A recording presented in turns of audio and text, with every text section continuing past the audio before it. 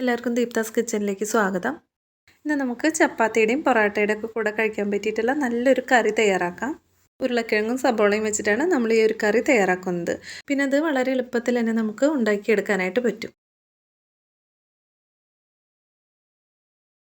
ഇതിന് വേണ്ടിയിട്ട് ഞാനിവിടെ 3 സബോള എടുത്തിട്ടുണ്ട്. അതുപോലെ ഒരു മീഡിയം സൈസിലുള്ള 4 ഉരുളക്കിഴങ്ങ് എടുത്തിട്ടുണ്ട്. ഇതെല്ലാം കുറച്ച് വലുപ്പത്തിൽ തന്നെ കട്ട് ചെയ്തെടുത്തിട്ടുണ്ട്. ഞാനിത് നന്നായിട്ട് കഴുകിയെടുത്തതിന് ശേഷം കുറച്ച് ഉപ്പ് ചേർത്തിട്ട് കുക്കറിലൊന്ന് വേവിച്ചെടുത്തിട്ടുണ്ട്.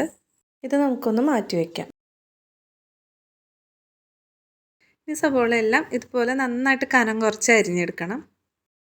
ഇനി വേണ്ടത് മീഡിയം സൈസിലുള്ള 3 തക്കാളിയാണ്. ഈ ഒരു തക്കാളി നമുക്ക് മിക്സിയുടെ ജാറിലിട്ട് കൊടുത്തിട്ട് നന്നായിട്ടൊന്ന് അരച്ചെടുക്കണം. ഇതിൽ വെള്ളം ചേർത്ത് കൊടുക്കേണ്ട ആവശ്യമില്ല. തക്കാളി ഞാനിവിടെ ഈ ഒരു പാകത്തിൽ അരച്ചെടുത്തിട്ടുണ്ട്.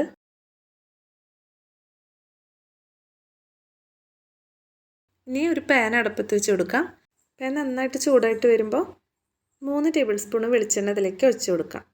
വെളിച്ചെണ്ണ നന്നായിട്ട് ചൂടായിട്ട് വരുമ്പോൾ ഇതിലേക്ക് ഈ ഒരു വലുപ്പത്തിലുള്ള 2 പീസ് കറുവാപ്പട്ട ഇട്ട് കൊടുക്കാം.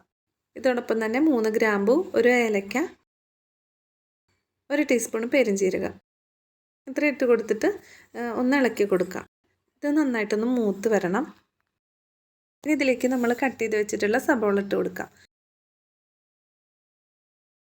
സബോള നന്നായിട്ട് മൂത്ത് വരുന്നത് വരെ ഇളക്കി കൊടുക്കാം.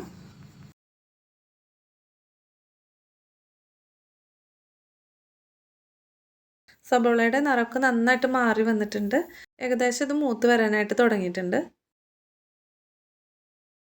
ഇതിലേക്ക് 1/2 ടീസ്പൂൺ ഇഞ്ചി ചതച്ചത്, 1/2 ടീസ്പൂൺ വെളുത്തുള്ളി ചതച്ചത്, പിന്നെ കുറച്ച് കറിവേപ്പില. ഇനി നമ്മൾ ഇതിലേക്ക് മുളക് പൊടിയൊക്കെ ചേർത്ത് കൊടുക്കുന്നുണ്ട്. അപ്പോൾ എരിവിനനുസരിച്ചിട്ട് 1-2 പച്ചമുളക് ചേർത്ത് കൊടുക്കാം. ഞാനിവിടെ 4 കാന്താരി മുളകാണ് ചേർക്കുന്നത്. ഇഞ്ചിയുടെയും വെളുത്തുള്ളിയുടെ ഒക്കെ ആ ഒരു പച്ചമണം പോകുന്നത് വരെ നന്നായിട്ട് വഴറ്റി കൊടുക്കാം.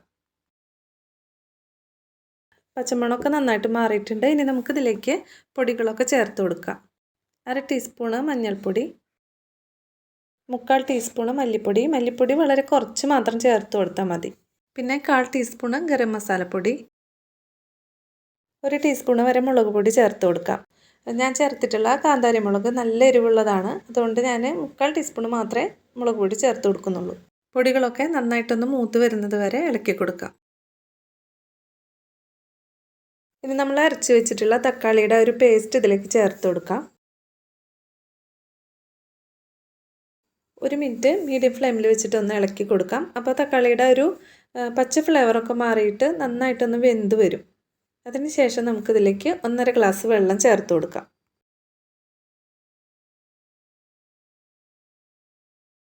നമ്മളിതിലേക്ക് ഉപ്പൊന്നും തീരെ ചേർത്ത് കൊടുത്തിട്ടില്ല. അപ്പോൾ ഈ ഒരു ഗ്രേവിയിലേക്ക് ആവശ്യമായിട്ടുള്ള 1/2 ടീസ്പൂൺ ഉപ്പ് ഞാൻ ചേർത്ത് കൊടുക്കുന്നുണ്ട്. ഇനി ഇതിലേക്ക് ഉരുളക്കിഴങ്ങ് ചേർക്കാം. ആവശ്യത്തിനുള്ള ഉപ്പ് ചേർത്തിട്ടാണ് ഞാൻ ഉരുളക്കിഴങ്ങ് വേവിച്ചിട്ടുള്ളത്.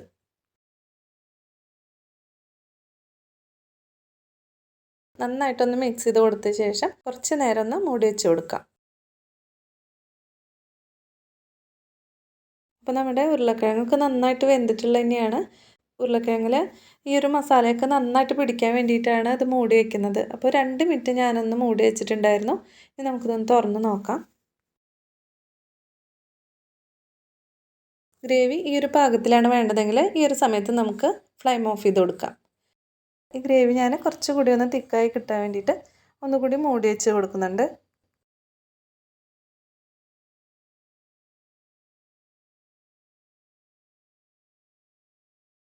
ഇനി ഇതിലേക്ക് കുറച്ച് മല്ലിയില കൂടി ചേർത്ത് കൊടുക്കാം.